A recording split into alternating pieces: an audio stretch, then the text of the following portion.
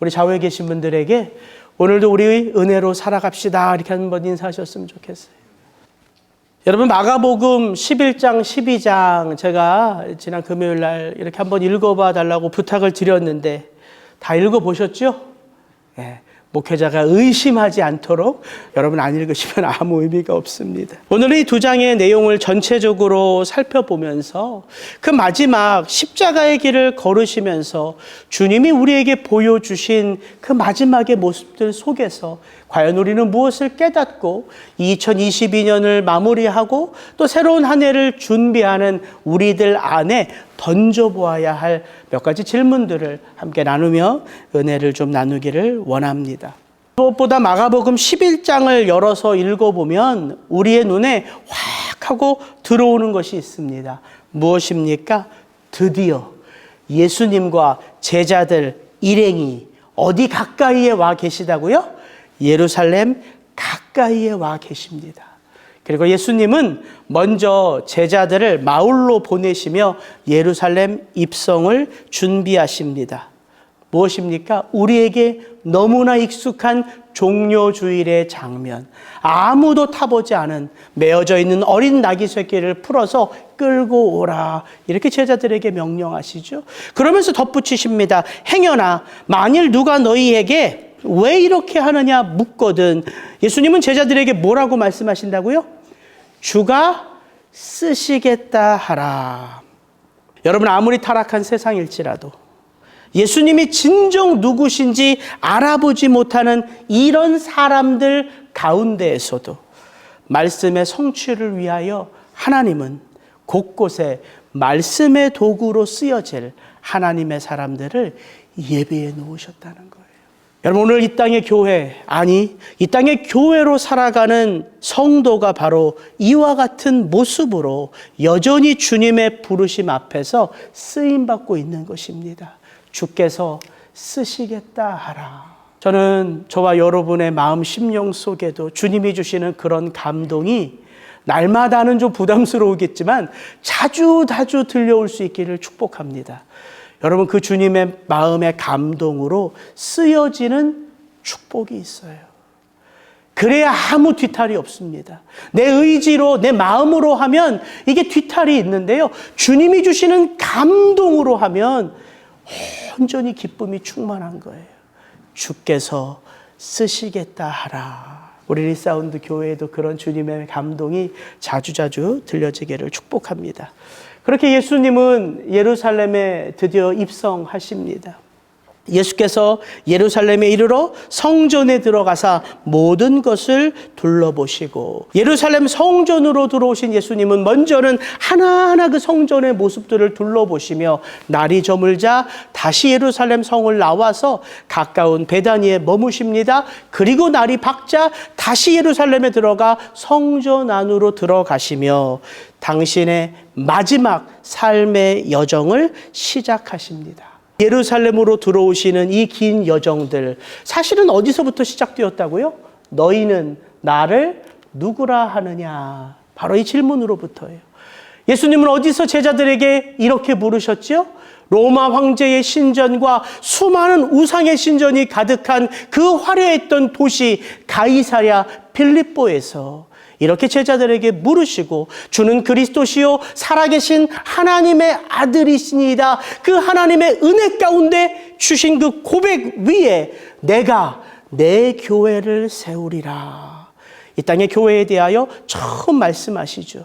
그리고 예수님은 당신이 어떻게 고난을 받아 죽으실지를 함께 말씀하셨습니다. 여러분, 그 끝을 바라보며 걷는 이 예수님의 믿음의 한 걸음 한 걸음은 예수님을 그 가이사랴 빌립보에서 어디로 인도했다고요? 예루살렘 성전.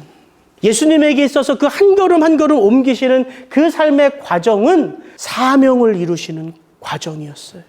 십자가 사명.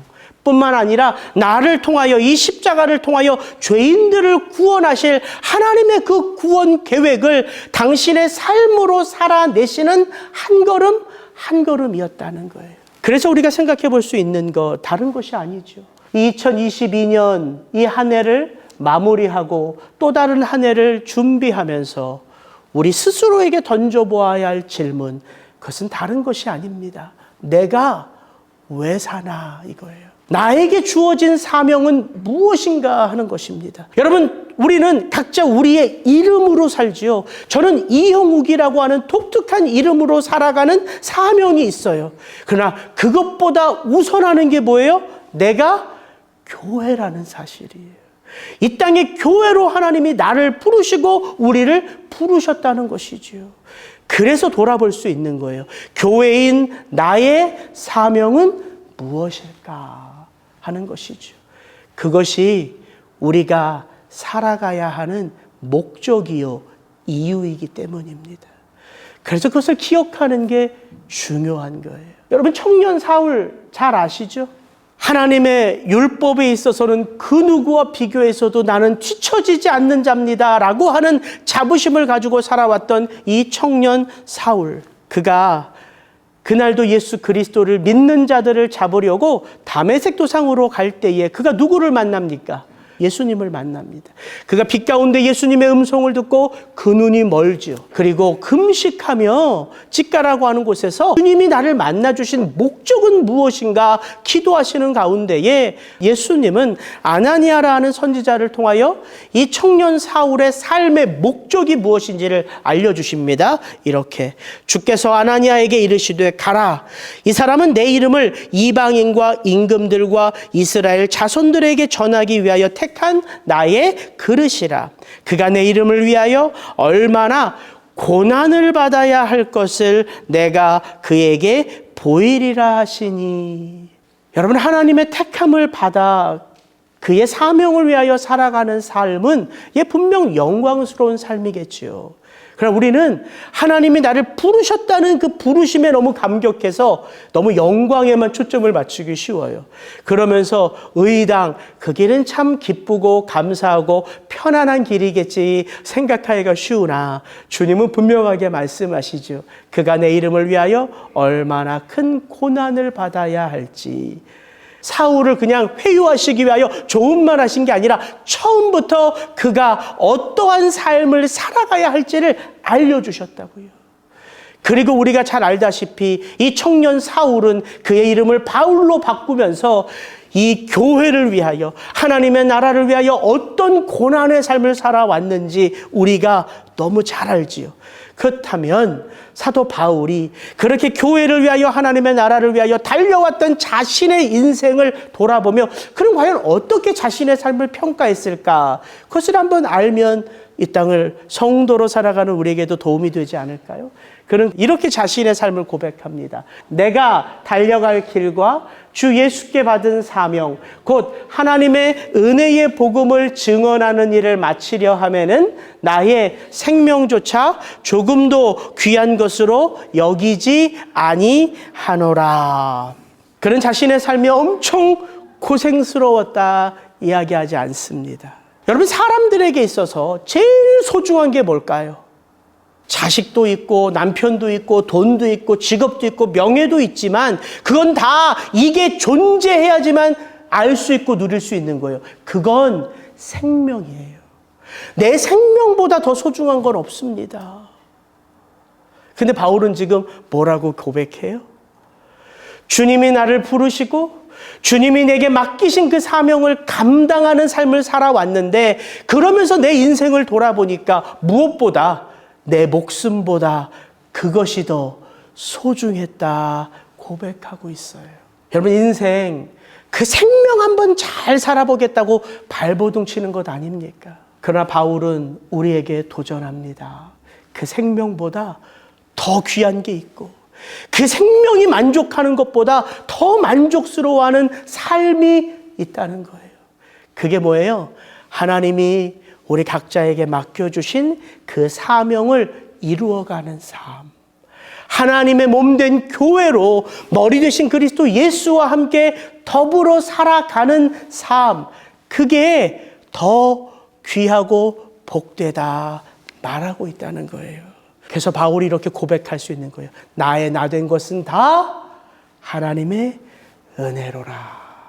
그렇게 저와 여러분의 삶 속에도 지금 이 구원의 여정을 걸어가면서 우리의 삶을 날마다 채워가는 그 하나님과 함께하는 삶.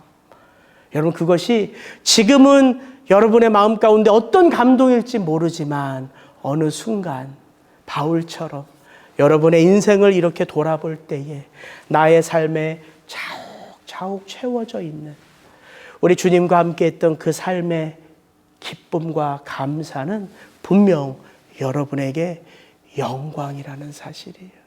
오늘 이제 마가복음 12장, 11장을 찬찬히 읽어보시면 이 마지막 여정이잖아요. 그래서 이 성전에 들어오셔서 예수님이 보여주신 모습을 보면 한결같이 드러나는 모습이 있어요.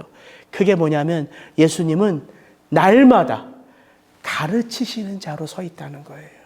그래서 이런 표현들이 11장, 12장에 여기 써 있는 것보다 훨씬 더 많이 나오는데 이런 표현들이에요. 이에 가르쳐 이르시되 예수께서 그들에게 대답하여 이르시되 내가 진실로 너희에게 이르노니 예수께서 비유로 그들에게 말씀하시되 예수께서 대답하시되 예수께서 성전에서 가르치실세 예수께서 제자들을 불러다가 이르시되 이런 표현이 반복해서 나옵니다.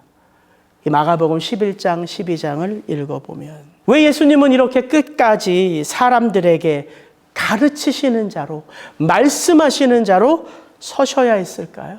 왜입니까? 사람들이 하나님을 온전히 알지 못하고 있기 때문이에요.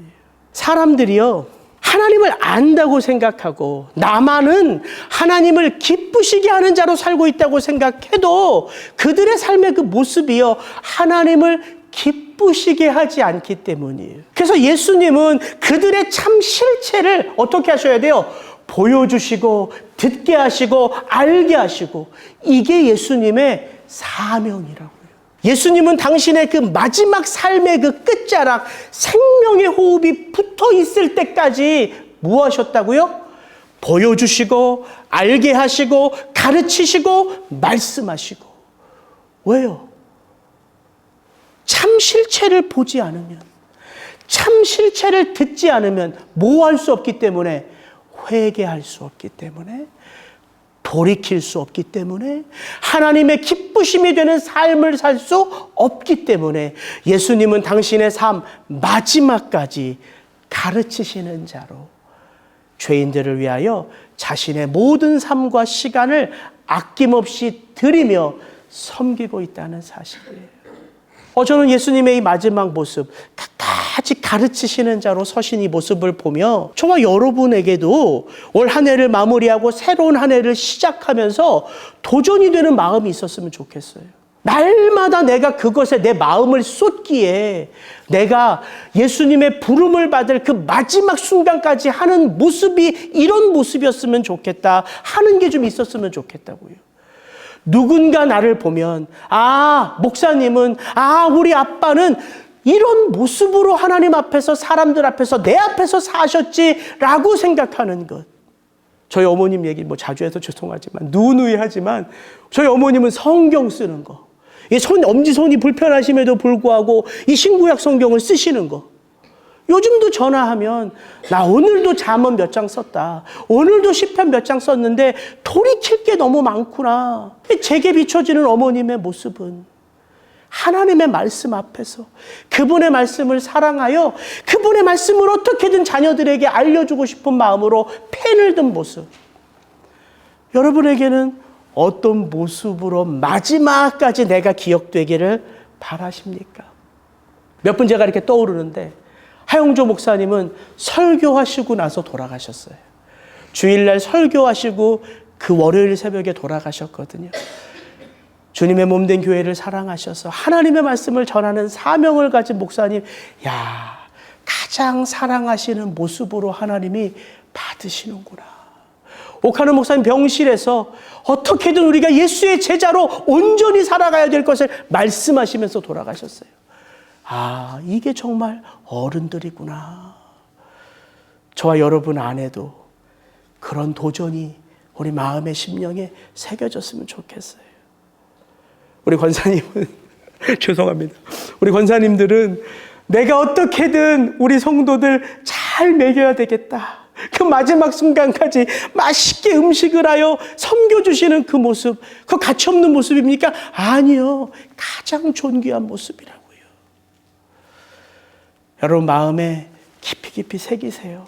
2023년 나는 과연 어떤 모습에 내 마음을 쏟고 사람들이 어떤 모습으로 나를 기억하기를 원할까 생각하면서 그 하루하루를 살아내는 것, 여러분 그것이 믿음의 삶입니다.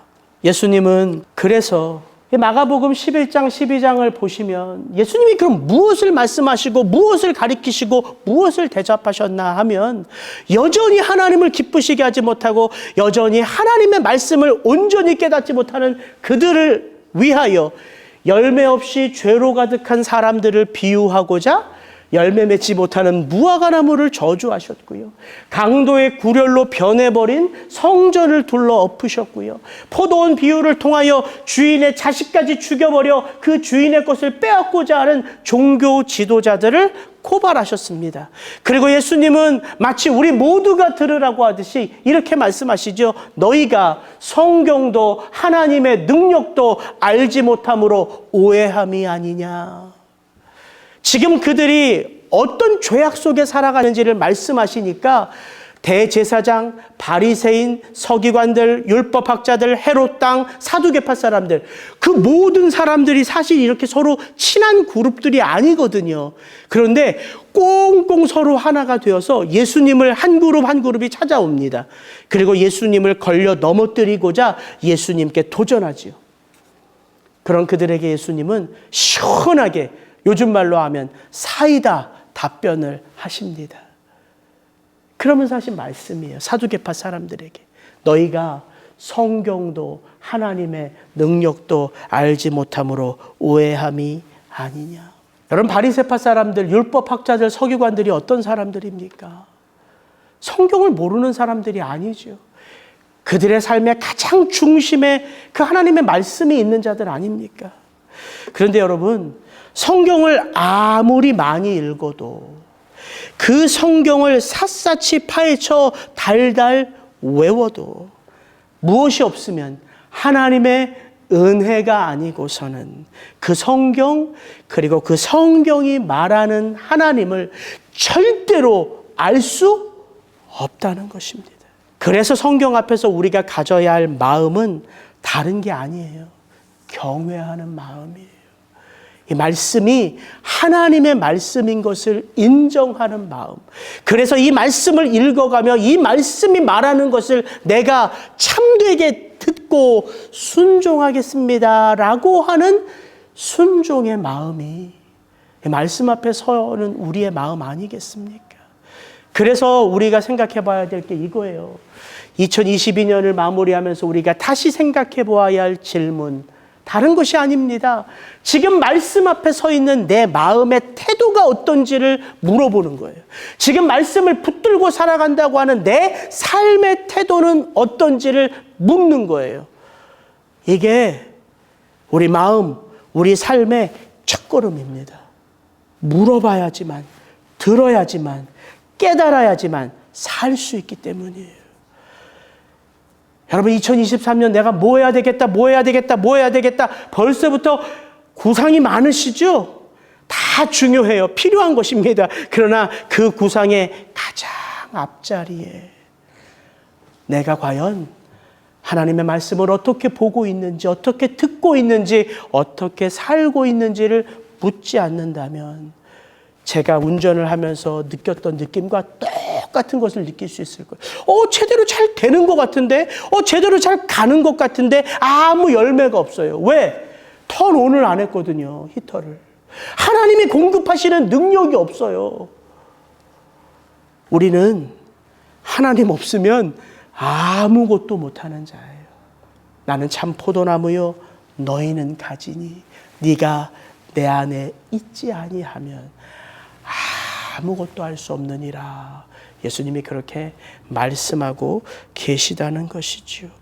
이렇게 예수님이 그 모든 그룹들에게 사이다 답변을 하시는 것을 한 서기관이 보고 예수님에게 이렇게 묻습니다. 모든 계명 중에 첫째가 무엇이니까? 그러니까 모든 율법사들, 바리새인들, 서기관들이 다 나쁜 사람만 있는 게 아니에요.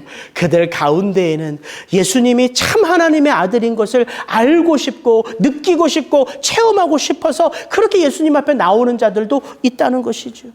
예수님이 이 질문을 듣고 말씀하십니다. 예수께서 대답하시되 첫째는 이것이니 이스라엘에 들으라. 주 곧 우리 하나님은 유일한 주시라.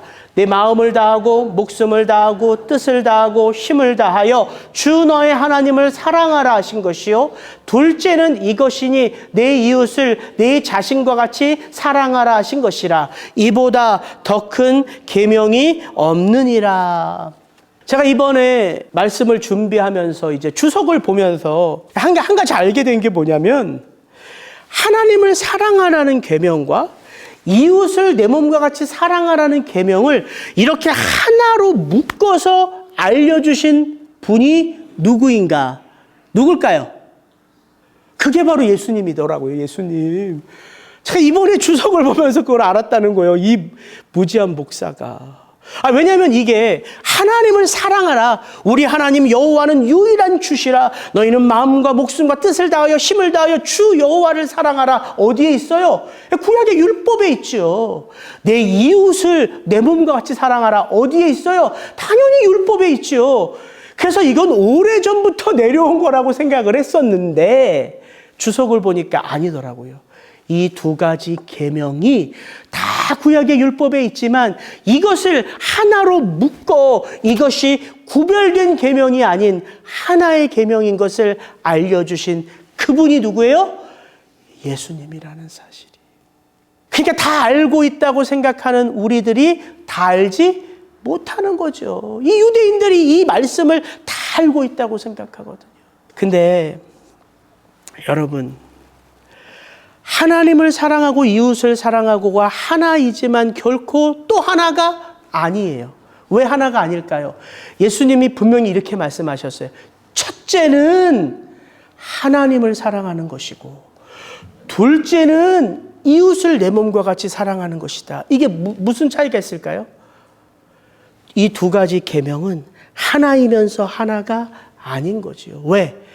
첫째를 모르면, 첫째의 삶을 살지 않으면 우리의 삶에 둘째가 있어도 믿음이 있는 거예요, 없는 거예요? 없는 거예요. 그게 다른 거예요. 예수님은 단순한 한마디, 첫째는 이것이고 둘째는 이것이란 말씀하시며 우리의 삶의 우선순위, 우리의 삶의 가치를 어디에 두어야 하는지를 알려주신 것이죠. 주 여호와 하나님은 오직 한 분 여호와시니까 너희가 마음을 다하고 목숨을 다하고 뜻을 다하고 힘을 다하여 주 여호와 하나님을 사랑하라. 이것은 여러분 명령이 아닙니다. 명령처럼 보이잖아요. 사랑하라. 근데 왜 이게 명령이 아닐까요? 만약 이런 형태면 이건 명령이에요. 하나님이 우리를 사랑하시되 우리가 하나님을 향한 이런 사랑들, 목숨을 다하고 뜻을 다하고 힘을 다한 우리의 사랑을 하나님께서 보시고 우리를 사랑하시는 분이라면 너 여호와 하나님을 사랑해. 이건 명령이지요. 근데 성경은 뭐라고 말합니까? 하나님은 우리가 그 하나님을 어떻게 사랑하는지를 보고 당신의 사랑의 수준을 정하셨다? 아니요. 그 하나님이 먼저 우리를 사랑하셨다 이야기합니다. 그러니까 이건 명령이 아니라 선언이에요. 선언. 왜? 은혜의 반응으로 하나님을 사랑할 수밖에 없기 때문이에요. 그래서 성경이 특별히 사도 요한, 사랑의 사도인 요한이 이웃을 사랑하지 않으면 너희가 하나님을 사랑한다 아무리 고백해도 그것은 거짓이다 말할 수 있는 이유가 거기에 있다는 거예요. 여러분 가만히 돌아보십시오. 여러분 이웃을 사랑하는데 전심으로 사랑합니까? 사실 그러기가 쉽지 않죠, 솔직히. 근데 이렇게 질문을 바꿔볼게요. 여러분 하나님 사랑하시죠? 라고 제가 질문을 던지면 네, 목사님 사랑하죠. 전심으로 사랑한다 드러내놓고 말하진 못하지만 내가 그래도 구원받은 하나님의 백성인데 하나님을 왜 사랑 안 해? 사랑하지. 이게 우리의 솔직한 답이고 솔직한 생각이에요. 근데 올 한 해를 마무리하면서 우리가 이 예수님의 말씀을 제대로 이해하고 그 말씀 앞에 제대로 한번 섰으면 좋겠어요. 예수님이 이 서기관에게 어떻게 율법을 말씀하셨는지를 여러분 다시 한번 들어보십시오. 너 구원받은 하나님의 백성아, 들으라. 주 곧 우리 하나님은 유일한 주시라. 내 마음을 다하고 목숨을 다하고 뜻을 다하고 힘을 다하여 주 너의 하나님을 사랑하라. 강조가요, 하나님을 사랑하라에 있습니까? 어떻게 사랑하라에 있습니까? 어디에 있어요? 어떻게 그 하나님을 사랑해야 하는지에 있어요. 그러니까 우리가 질문을 우리 스스로에게 잘 던져야 해요. 나는 과연 하나님을 사랑하고 있나? 예, 당연히 사랑하죠. 은혜로 사는데. 과연 나는 예수님을 진정 사랑하고 있나? 당연히 사랑하죠. 날마다 구원받은 그 은혜를 누리는데. 그렇게 질문하면요, 정확한 답변이 안 나와요. 어떻게 물어야 돼요? 나는 과연 내 목숨을 다하고 마음을 다하고 뜻을 다하고 힘을 다하여 주 하나님을 사랑하고 있는가? 이렇게 물어야 된다는 거예요. 여러분, 정확하게 물어야지만 정확하게 내 마음과 내 삶이 진단을 받는다는 것이죠. 아마 여러분 제 마음처럼 이렇게 말하고 싶을 거예요. 목사님, 누가 그렇게 살아요? 마음을 다하고 목숨을 다하고 뜻을 다하고 힘을 다하여 누가 그렇게 살아요, 목사님? 그건 성경에서 이야기하는 것이지. 현실은 다르잖아요, 목사님. 그냥 하나님을 사랑하면 되지요. 아니, 제가 그렇게 묻게 되더라고요. 그러니까 당연히 여러분도 그렇게 묻고 싶은 거겠지요. 근데 이렇게 묻는 복이 뭐냐면, 만약에 우리가 스스로에게 하나님을 사랑하면 되지 이렇게 묻는다면 이 본문을 읽어가도 마가복음 11장 12장을 읽어가도 예수님의 모습 그대로가 그렇게 와닿지 않아요. 늘 십자가는 듣는 설교 아닙니까? 늘 예수님이 겟세마네에서 기도하고 6월절 만찬을 위하여 자신의 생명을 바치고 늘 듣는 설교잖아요. 그러니까 늘 듣는 것을 듣고 넘어간다니까요. 그러나 내가 지금 내 마음을 다하고 목숨을 다하고 뜻을 다하고 힘을 다하여 예수님을, 하나님을 사랑하고 있는가 묻는 자는요, 이 마가복음 11장, 12장, 13장, 14장, 15장을 읽어가면 뭐가 보일까요? 예수님의 모습이 보여요. 어떤 모습이 보일까요? 하나님을 어떻게 사랑하는 모습. 마음을 다하고 목숨을 다하고 힘을 다하고 뜻을 다하여 그 하나님을 사랑하고. 또 누구를 그렇게 사랑하세요? 나요, 나. 나를 사랑하시는데 마음을 다하고 목숨을 다하고 뜻을 다하고 힘을 다하여 사랑하고 계신다는 사실이에요. 구약의 이 가장 큰 계명, 여기서 가장 큰 계명은 나머지 612개 계명은 덜 중요하고 의미 없는 계명이 아니야. 그런 말씀을 하시는 거예요. 계명의 가장 중요한 핵심은 그 계명 안에 누구의 마음이 담겨져 있다고요? 하나님의 마음이 담겨져 있다고요. 그 하나님의 마음이 어떻게 표현된다고요? 나를 사랑하고 이웃을 사랑하되 너의 전심으로, with all my heart, 나의 전심으로 마음과 뜻과 힘과 목숨을 다하여 사랑하라는 이 하나의 계명이 다른 모든 계명을 담고 있다는 거예요. 그래서 이 계명으로 계명을 정리할 수 있는 거죠. 그리고 이 계명을 정리해 주신 분이 어떤 분이에요? 그렇게 사신 분이라는 거죠. 예수 그리스도. 그래서 예수 그리스도가 그렇게 살았던 그 삶을 사도 바울은 로마서에서 어떻게 평가합니까? 사랑은 모든 계명의 완성이라. 완성이라. 그래서 여러분, 마가복음 11장 12장을 읽어가면 예수님의 그 십자가가 누구를 향하고 있고 누구를 위하고 있음이 느껴진다고요. 누구예요? 나예요, 나. 나를 교회 되게 하시기 위하여, 나를 하나님의 자녀 되게 하시기 위하여 그의 전심을 다 쏟으셨다고요. 그리고 또 하나 예수님이 말씀하시죠. 우리가 너무 잘 아는 두 렙돈 헌금을 한 과부의 이야기. 다시 한번 읽어볼까요? 예수께서 헌금함을 대하여 앉으사 무리가 어떻게 헌금함에 돈 넣는가를 보실세 여러 부자는 많이 넣는데 한 가난한 과부는 와서 두 렙돈 곧 한 고드란트를 넣는지라. 예수께서 제자들을 불러다가 이르시되 내가 진실로 너희에게 이르노니 이 가난한 과부는 헌금함에 넣는 모든 사람보다 많이 넣었도다. 그들은 다 그 풍족한 중에서 넣었거니와 이 과부는 그 가난한 중에서 자기의 모든 소유 곧 생활비 전부를 넣었느니라 하시니라. 자기의 모든 소유 곧 생활비 전부를 넣었느니라. 왜 이 이야기가 여기 들어가 있을까요? 저는 오늘 이 과부의 두 렙돈 헌금이 무엇을 의미하는지 그것을 세밀하게 밝히고자 이 본문을 택한 것이 아닙니다.